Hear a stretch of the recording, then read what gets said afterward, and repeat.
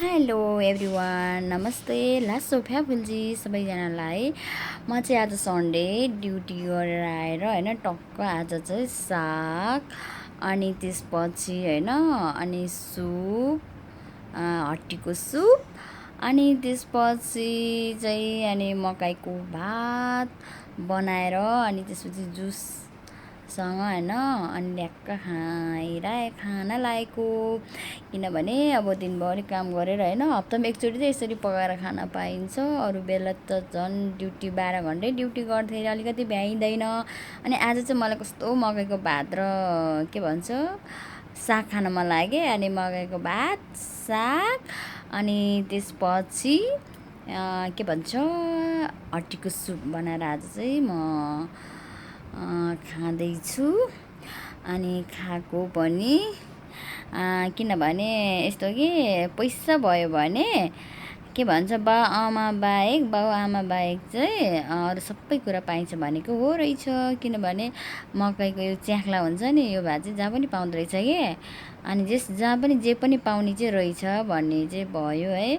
अब के गर्नु, अब फ्यामिलीसँगै त बसेर रमाइलो गरेर खाना मन्त्र पारी भएको कारणले चाहिँ अब फ्यामिलीसँग यसरी रमाइलो गर्दै खान अब पाएन त सरी, खान सकिएन। अब केही समयको लागि होइन अब यसरी नै अब खानुपर्छ।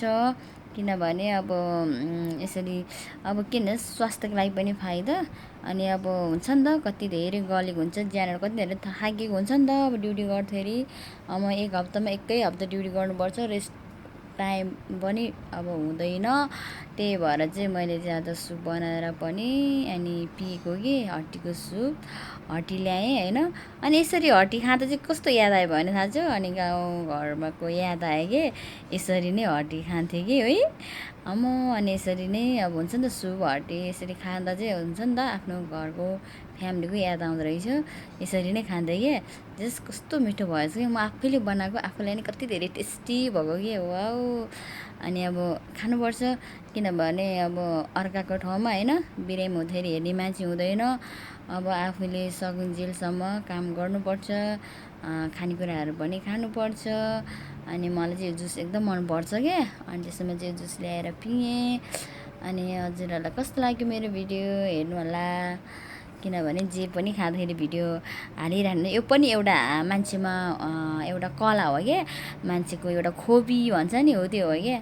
यसरी भिडियो बनाएर हाल्नु पनि होइन। अब मान्छेहरूले चाहिँ जे पनि खाँदा भिडियो हाल्ने रहेछ भन्ला होइन, तर पनि होइन, किनभने त्यो पनि आफ्नो ऊ हो क्या, नलेज हो क्या। यसरी हाल्नु नहाल्नु भनेको भिडियो होइन।